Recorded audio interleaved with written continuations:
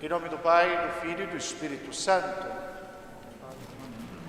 Caríssimos fiéis, a Mãe Igreja nos dá a conclusão desta oitava de Pentecostes, a festa, o domingo da Santíssima Trindade. Compreender o mistério de Deus que se comunica, que se revela.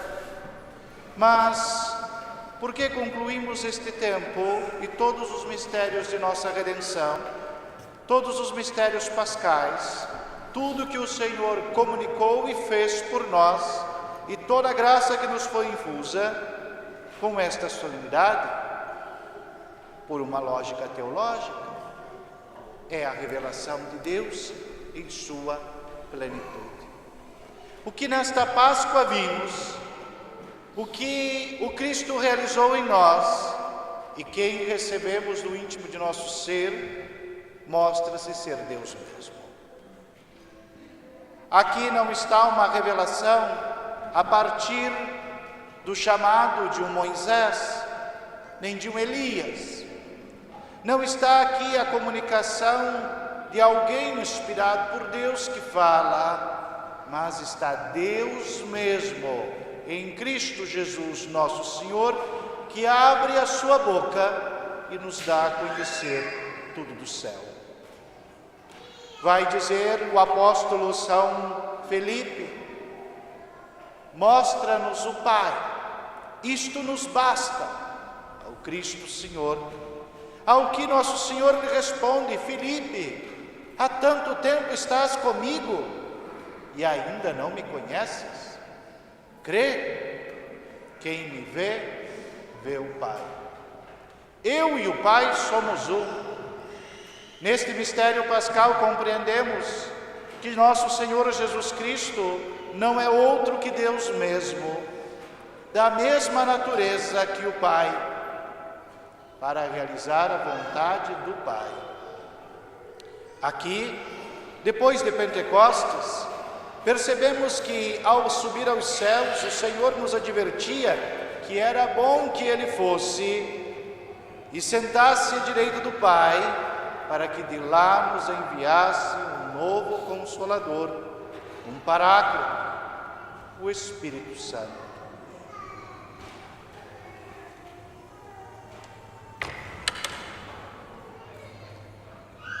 O Espírito Santo que nos é infuso não é outro que Deus mesmo. Consequentemente, a liturgia nos faz meditar o mistério do Pai, do Filho e do Espírito Santo, que se auto-revelam e se comunicam como um só Deus. É com esta palavra que abrimos o credo, que cantaremos ao final desta homilia. É com esta palavra que todos os dias iniciamos nossas atividades cotidianas, invocando o nome santo de Deus, como Ele se deu a conhecer, em nome do Pai, do Filho e do Espírito Santo. É com estas palavras que os pais abençoam os filhos. É com estas palavras que o sacerdote abençoa a igreja inteira. Quantas são as vezes no decorrer de nosso dia que não repetimos a mesma fórmula santíssima desta plenitude da revelação de Deus, Pai, Filho e Espírito Santo.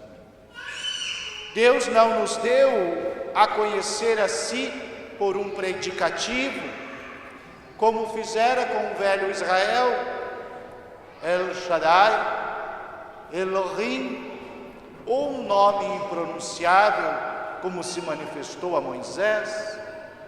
Aqui Deus se revela, Pai, Filho e Espírito Santo. Olhemos, queridos fiéis,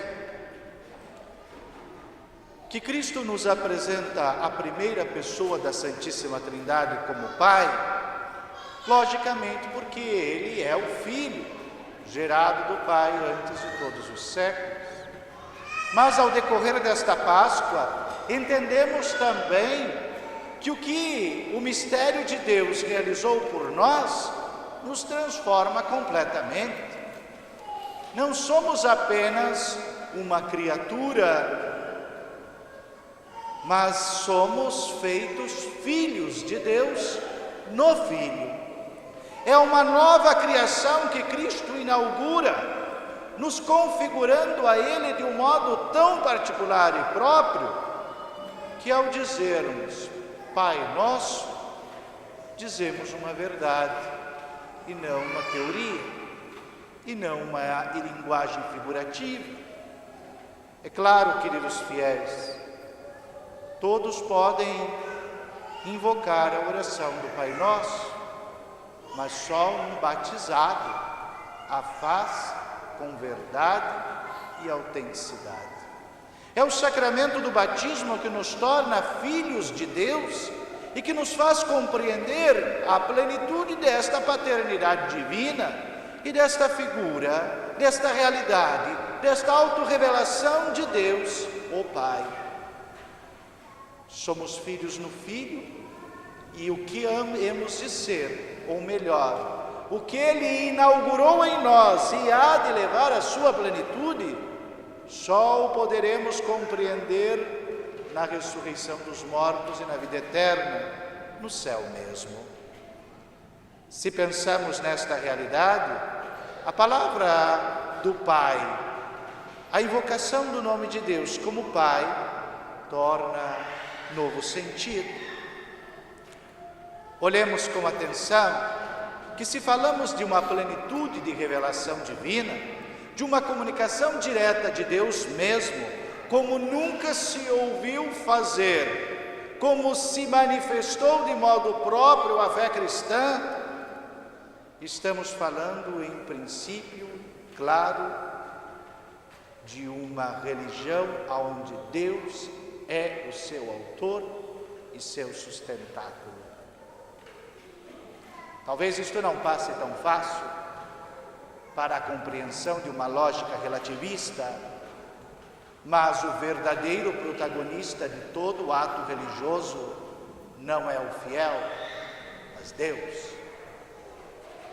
Deus que nos criou, Deus que se comunicou a nós e Deus que nos dá os meios para nos reunirmos e o adorarmos, sem nunca nos violar o dom da fé e da liberdade. Prestemos atenção e compreendamos no exemplo desta própria missa que nós estamos neste domingo a celebrar, o ápice de nosso culto divino, de nossa adoração a Deus, a missa. Quem nos faz estar aqui? Nossa simples vontade? Não. Se não fôssemos chamados por Ele, não poderíamos respondê-lo. É Ele que nos chamou primeiro. Quem nos reúne aqui é Deus mesmo na sua graça, que nos escolheu para si e nos convocou à sua presença. Quem nos dá o direito de estar na sua presença e de elevarmos nossas orações a Ele? Ele mesmo. É Ele que nos santifica, é Ele que nos dignifica, é Ele quem nos dá dignidade para estarmos em sua presença. Quem é que nos dá a palavra da oração, a devoção e a piedade? Não são obras humanas, por mais que alguns possam se exercitar mais e outros menos nela. O princípio de toda piedade, de toda devoção vem de Deus mesmo, que manifesta a sua glória e dá ao ser humano o temor de Deus. Aqui é Ele que nos reúne, é Ele que nos capacita e é Ele que nos dá o meio para adorá-lo. Mais que isto, o que oferecemos a Deus? Se chegamos a um culto divino, precisamos nós apresentar algo àquele que é Deus. Apresentaremos como Abel os vitelos do rebanho? Com exceção de mim, vocês não têm ovelhas. Só eu tenho uma ovelha aqui. Vocês não têm carneiros em casa, eu tenho. E um baremano para cuidar dela. Por sinal, é o tormento da pobre ovelha, porque está na adolescência o cachorro. Não somos pastores de rebanhos, e mesmo que o fôssemos, não é o sangue dos vitelos que Deus espera de nós. Só existe um Cordeiro de Deus que tira o pecado do mundo e que é a vítima perfeitíssima do holocausto, Cristo nosso Senhor. O que oferecemos nesta missa? O mesmo sacrifício redentor de Cristo na cruz. Somos nós autores deste sacrifício? Só por consequência de nossos pecados, mas de doação de amor, de vítima agradável é Cristo mesmo. Ele se dá a nós no dom do Espírito Santo para que nós ofereçamos este sacrifício ao Pai. E cá cabe bem uma pergunta: se estamos nos dirigindo a alguém na oração, a quem nos dirigimos?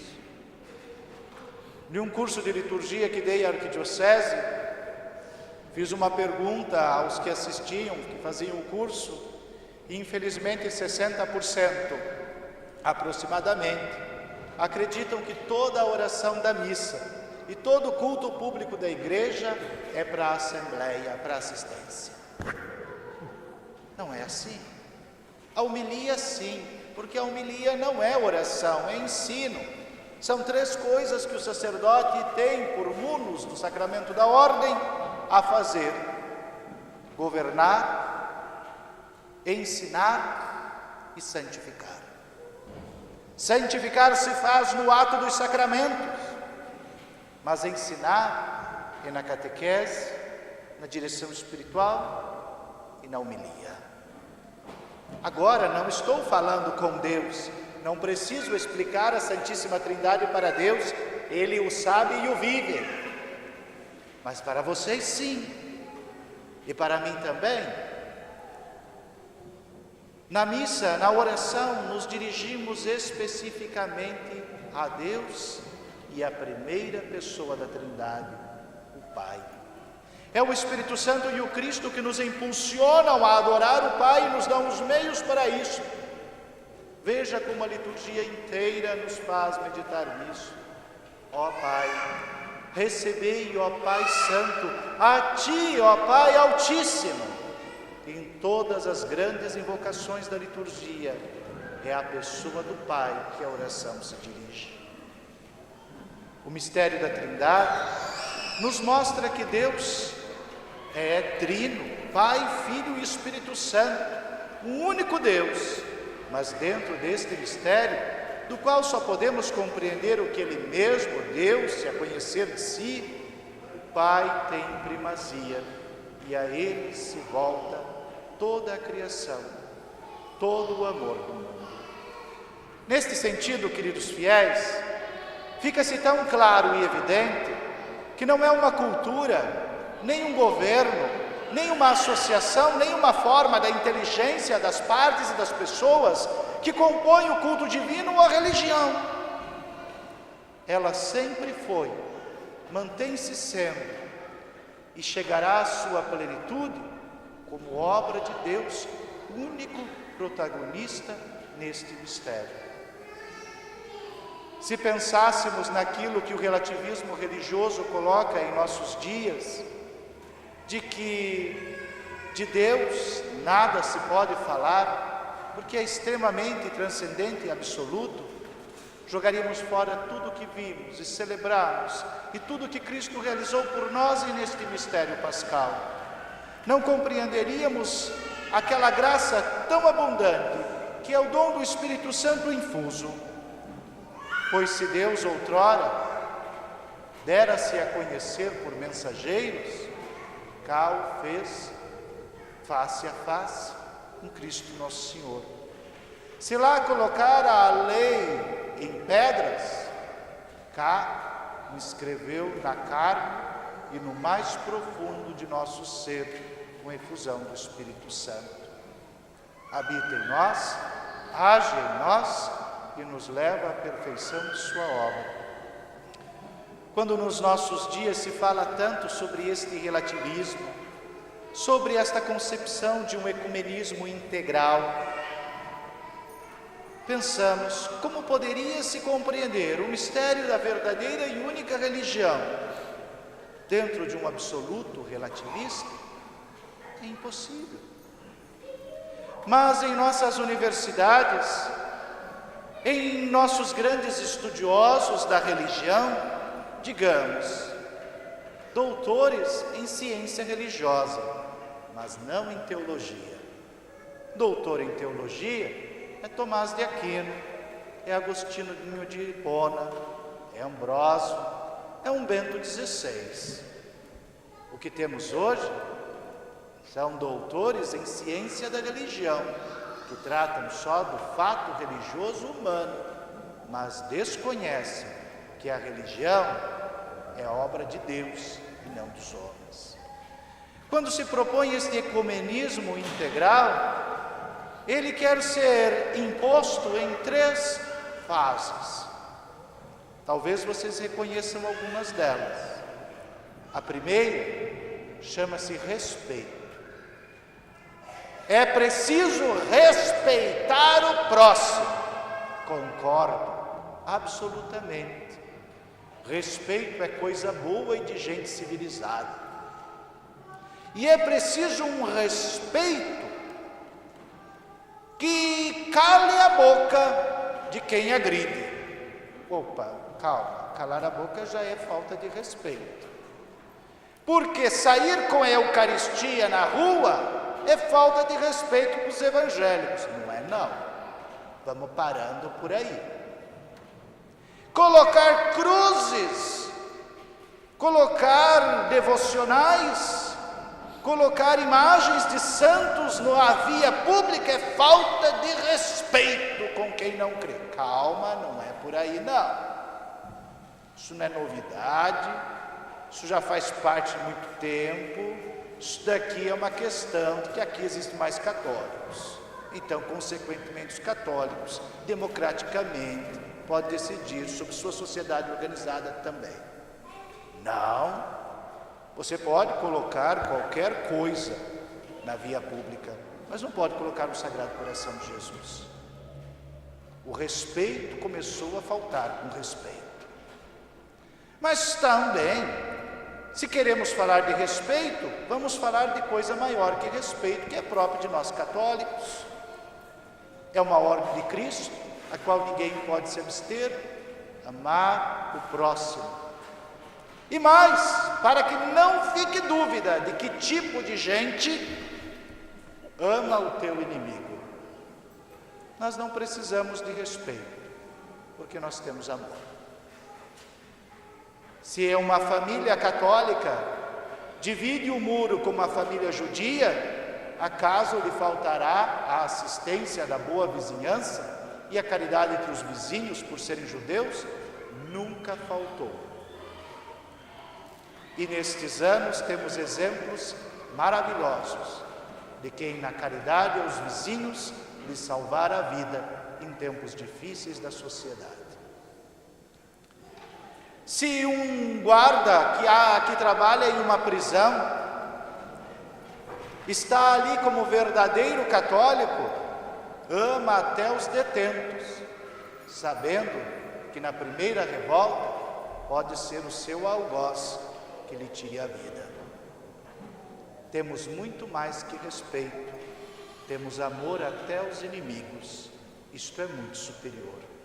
Ok, então vamos para o próximo passo. O passo da tolerância. É preciso ter tolerância. E é ter uma tolerância absoluta e integral.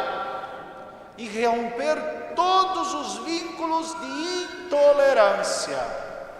O discurso é bonito, mas a sua obra assustadora.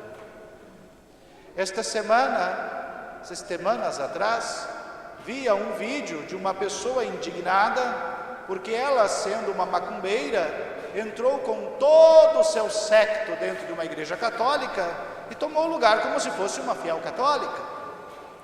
E na hora da fila da comunhão, o sacerdote, gentilmente, virou para ela e disse: nós não temos a mesma religião, vocês não podem comungar. Imediatamente a pessoa tomou da arma mais perigosa que temos em nossos dias. Não é um 38, é um celular. É a arma mais violenta. Se você quer matar uma pessoa, não precisa de um 38. Pegue o celular e aponte a câmera para a pessoa e fale o que você quiser, que em 5 minutos ela estará sendo morta pelo resto da civilização inteira. E ela indignada: eu aqui, mãe fulana de tal, vim a esta igreja e fui humilhada, maltratada, desprezada. Ele não me deixou comungar. Por acaso o Deus dele é diferente do meu Deus? A solução está justamente na pergunta. O Deus cristão é absolutamente distinto de toda e qualquer compreensão de deidade que se possa ter em culturas e em manifestações, até mesmo do judaísmo e do islamismo. Absolutamente distinto.